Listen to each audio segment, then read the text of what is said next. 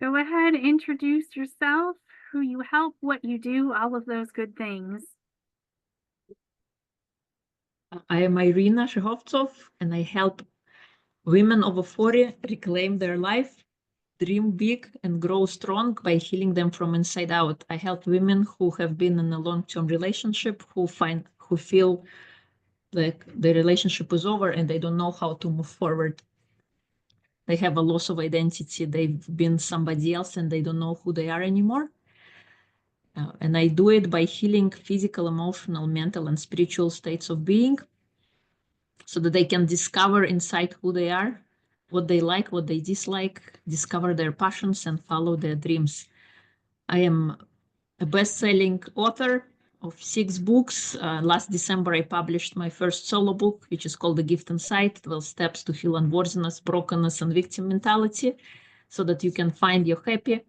I'm also a podcast host for Single Parent Success Stories podcast that's running in its 5th year, and a second podcast is called Reclaim Your Life with Irina. This is for people who want to find hope again, who feel lost, who feel like their situation is unsolvable, but I'm going to tell them that it is solvable by speaking with people from all walks of life, where they suddenly had a realization that however they were living wasn't working and they needed to change, and they had a so-called a wake-up call, which allowed them to change their perspective and discover a new way of living and being. I also run a Happiness Academy YouTube channel, where the whole idea is to give people hope, to heal from the inside, your physical, mental, emotional, and spiritual states, because we always operate in those 4 states of beings. Anytime we do something, it affects all the other states. To give people tools on how to recover, how to reclaim their life, how to follow their dreams, because life is too short to go on living unhappy. So this is who I am. That's amazing. It sounds like you're doing quite a lot with the podcast and the books and the coaching and everything. What I want to know is, how did you get into doing that? So I became a single parent of a newborn and a 5-year-old. This was about 10 and a half or 11 years ago. And I was living in a miserable state of being. I didn't know how to move forward. I had suicidal thoughts. I felt like my life was over, and I was waiting for somebody to come rescue me, but of course nobody did. And so I decided to rescue myself. I had a breaking point as I was standing on a train platform, and the train I missed it by mere seconds. And I started sobbing and crying, and I asked myself, do we just come here to suffer? What's the point of living? I felt like I was rushing every day getting closer to my death, while I didn't feel like I was living. So at that moment, I decided I gotta change something. I didn't know how it would look, what it would be, but however I was living wasn't working, and I needed to make that shift. And I embarked on a journey of personal development and growth. And through that journey, I discovered so many aspects of myself I didn't know I had. I discovered singing, as it allowed me my ability to open my voice. So I was able to sing what I couldn't speak. I joined Toastmasters, which taught me to be uncomfortable, being comfortable with being uncomfortable, learning amongst everybody. And what happened in September 2019, I was in Phoenix, Arizona, and I got inspired by Evan Carmichael, who said there is not enough belief in this world today, and you should help somebody who is a step behind you. And I wanted to help women like myself who felt lost after a long-term relationship was over, and they felt this loss of identity after removing, we wear so many masks, so many titles, but after putting down, I'm someone else's spouse, I'm someone else's mom, who are you? I want to help those women who standing in that threshold, who want to change, but they don't know where to begin. And then that's how my journey started. This was in 2019, and in 2020, Happiness Academy was born, my 12-week program on how to become happy again. And I started a podcast, Single Parent Success Stories, back in January 2020. And it's been an incredible journey. And throughout, after the podcast, I started learning, because I wanted to heal from inside out. So for the mind aspect, by the way, Reclaim Your Life is the name of my company, and it's all about live, dream, and grow. And live component is our foundation: physical, emotional, mental, and spiritual health. So for the mind, I started learning about neuro-linguistic programming, which is a manual for your mind. If we can describe it in a very short sentence, but it's a huge study of how we think, what we do. We all have our own filters and perception on how we see the world. And then after that, I did wellness training with Mind Valley, a wellness coaching about our healthy eating, well-being, listening to our body, and 10x Fitness, which is strengthening your body, working on a fitness workout.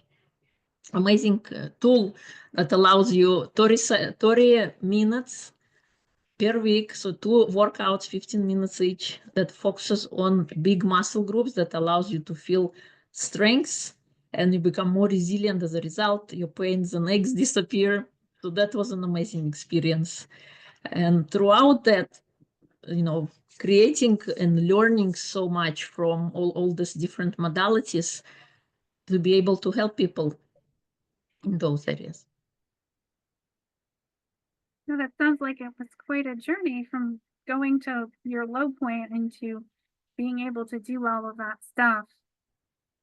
So I want to ask you, I know you speak a lot of different languages. Have you networked in other countries as well, or just in the US or Canada? Where are you?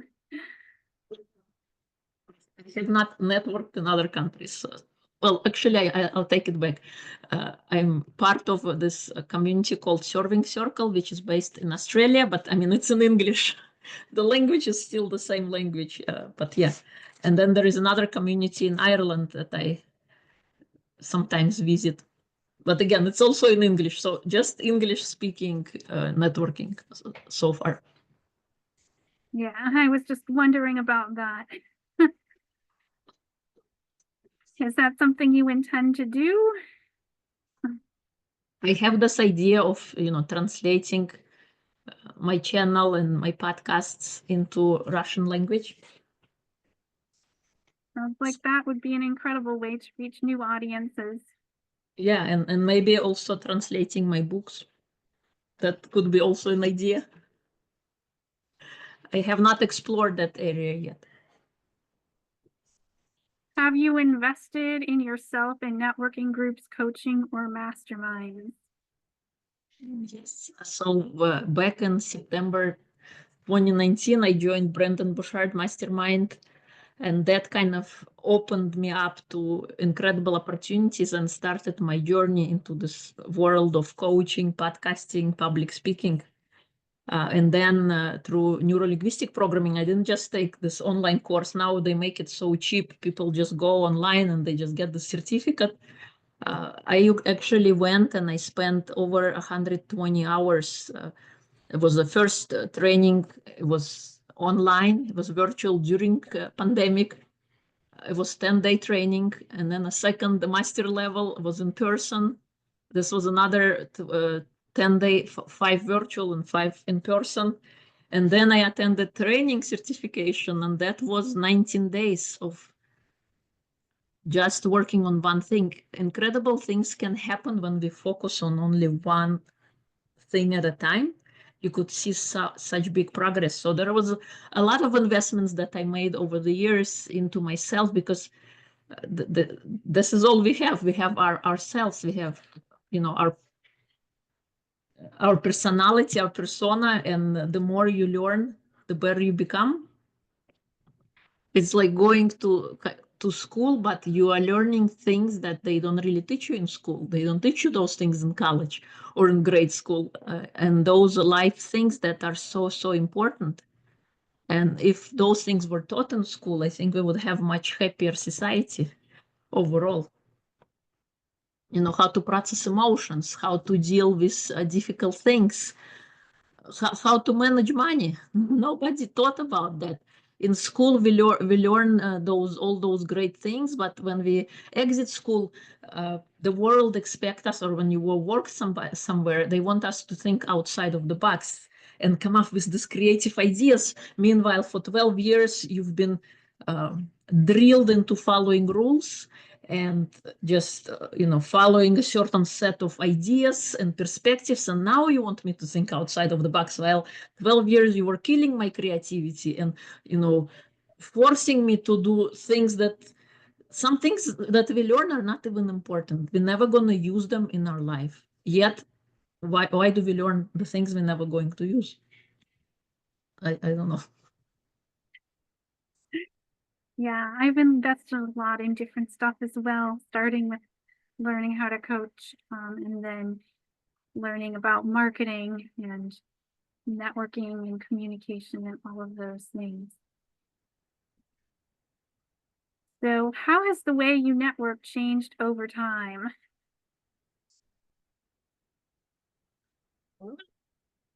Experience with it, and there are different styles. So if you join different networking places, some have like a very structured thing where you are allowed only to pipe up for 30 seconds to say who you are, and then it moves on like a speed networking to another type of thing. Then there are types of networking where you get to connect with others. You get like there are breakout rooms, and you can share a little bit about what you do and how you can help one another.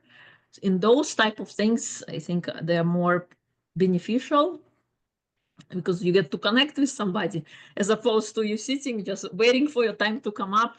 Okay, it's your time. You have 10 seconds, go. And everybody's just waiting to hear their name. So they don't even, I don't know if they even focus on, oh, who is talking? What do they say? When is my turn? What am I going to say? I don't know, maybe it's different for you. So how did it evolve? I think it depends on what type of group it is, where you're networking, what is expected of you, what are some of the rules. And I think I am an introvert, or I was an introvert, a recovering introvert. And after speaking, through the podcasting, I think it allowed, and first Toastmasters, singing, and then podcasting allowed the opportunity to be able to be open and talk to people. And I'm totally fine speaking with, I don't know, like in the corporate world, you have employees, then you have bosses, you have presidents, vice presidents. I can speak to any level of a person. It doesn't matter to me. I feel completely confident and comfortable. And this is maybe as a result of my experience of going through the things that I have gone through. So it became easier for me to network, to connect. Yeah, I personally tend to prefer the networking meetings where I get to know a little bit more about the person rather than the speed ones, although those can work too, as long as you remember to follow up afterwards. Yeah, yes. How was your networking journey? It was a long journey. I started with going to networking events and not following up. And then I realized that that doesn't get me anywhere and that you should have a reason for going to networking events, some kind of collaboration in mind, some kind of reason to connect further. So when I had that, then it helped me a lot in both wanting to go to the events and also getting something out of the events. So it was a journey too, and also figuring out what kind of events I liked. So I tried out a lot of different things as well. So do you prefer networking in groups or having more one-to-one conversations? I think one-on-one conversations. I mean, it can start in a group, and then if you resonate with one another, to set up that one-on-one connection.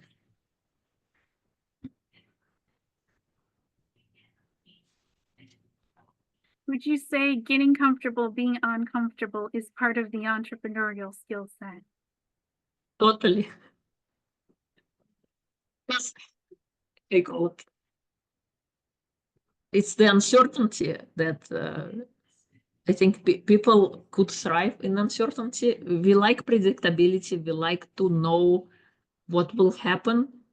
And in the entrepreneurship world, I think it's all about uncertainty and figuring your way out. putting one foot in front of the other and not trying like to copy other people.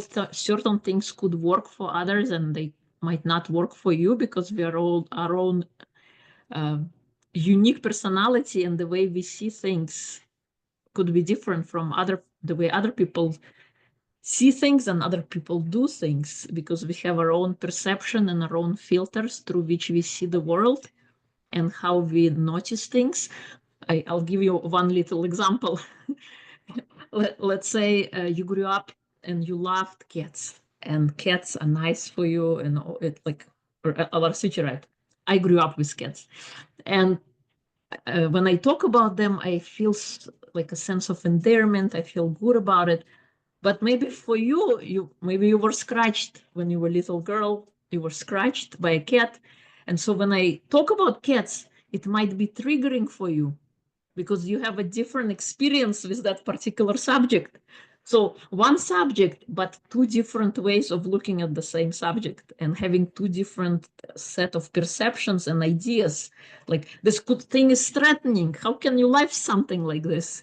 Versus like, no, they're so nice and cuddly and warm and fuzzy. So, and I think that applies to everything we do in life, how we are being. How let's say, for example, you buy a book. Does the cover look attractive, or do you look at the words and the words like pull you in? We have our own way of how we how we are in the world, how we are being, how we buy something, how we think about something, and it all then ties back to having our own set of perceptions about a particular subject. Yeah, I've noticed that as well. People have different perspectives about the same thing. How do you set time boundaries in your relationships so that you don't fall into people pleasing and can focus on the relationships that benefit you the most? That's as a work in progress. Every time we say yes to others, we say no to ourselves. So if the things align to our values, then naturally we can say yes to them. But first you gotta know your values. You gotta know what is important to you. Without knowing that, then yes, it will be very easy to fall into people pleasing tendencies. And because I think as girls growing up, the idea was that you gotta make other people happy and put yourself on the back burner. You don't need to speak. Children should be seen and not heard. And that kind of the way kind of we are being brought up, the way we are growing up. And it's not to blame our parents. Everybody always operates to the best of their ability at the time. That's how they were raised. And so they carried it on to us. And it is our job, if we know to, now that we are our parent, we are becoming parents, if we can show different set of values to our kids. Yeah, I think that's so important to be able to set boundaries without saying no to everything so that you are letting people in and that you are putting yourself out there. Yes. How do you feel about the direct messages on Facebook? Do you use them for your business as a way to close clients? Not presently. I do not like getting DM messages from marketers, and I get gazillion of those suggesting different things, and for YouTube services, come do my thing. I'm gonna grow your channel to 1,000 followers, and you get monetized.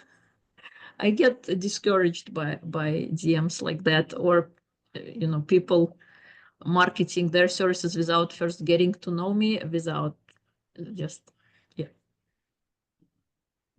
How about you? Do you like DMs? Yeah, I don't like the spammy ones. Like, I've gotten the appointment setters, but I changed up how I was marketing. So I got fewer of those. And now I want to use the DMs more for having deeper conversations for people who are ready to move forward with, buying or doing collaboration or something. So I'm mindful that I don't want to DM out of the blue and ask somebody a spammy question because not everybody is a fit for my services. So,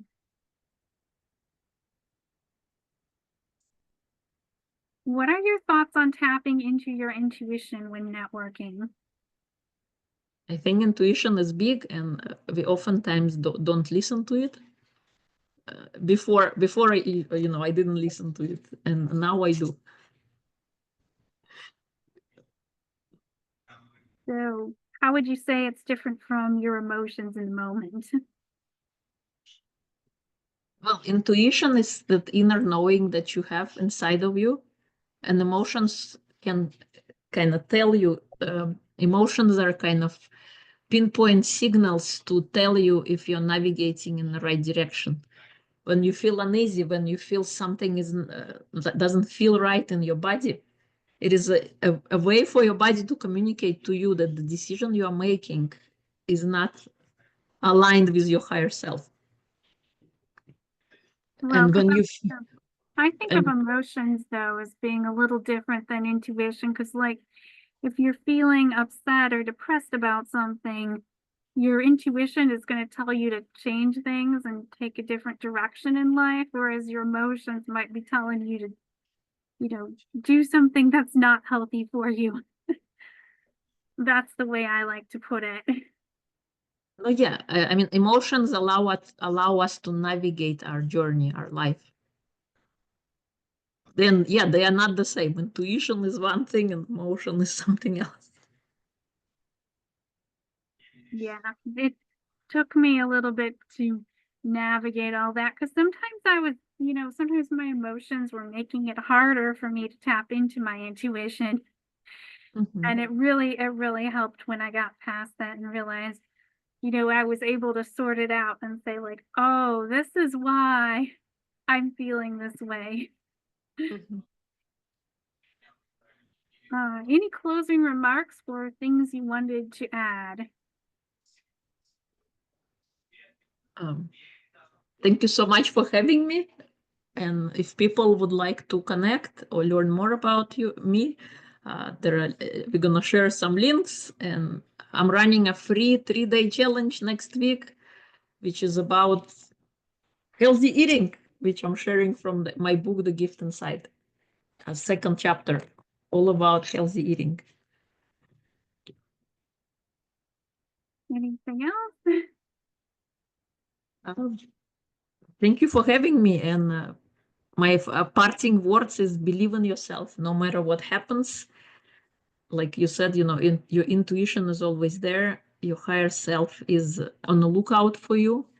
Universe has your back, but you just gotta slow down and listen. Oftentimes we hear our egos screaming when something is not going our way, but that inner voice is always there waiting to be heard. So we gotta tune down the noise and listen to that inner voice to figure out what next step to take. And we can do that through being present. We can do that through meditation, to hone in on ourselves and listen to what that inner voice is telling us. Thank you so much. Thank you.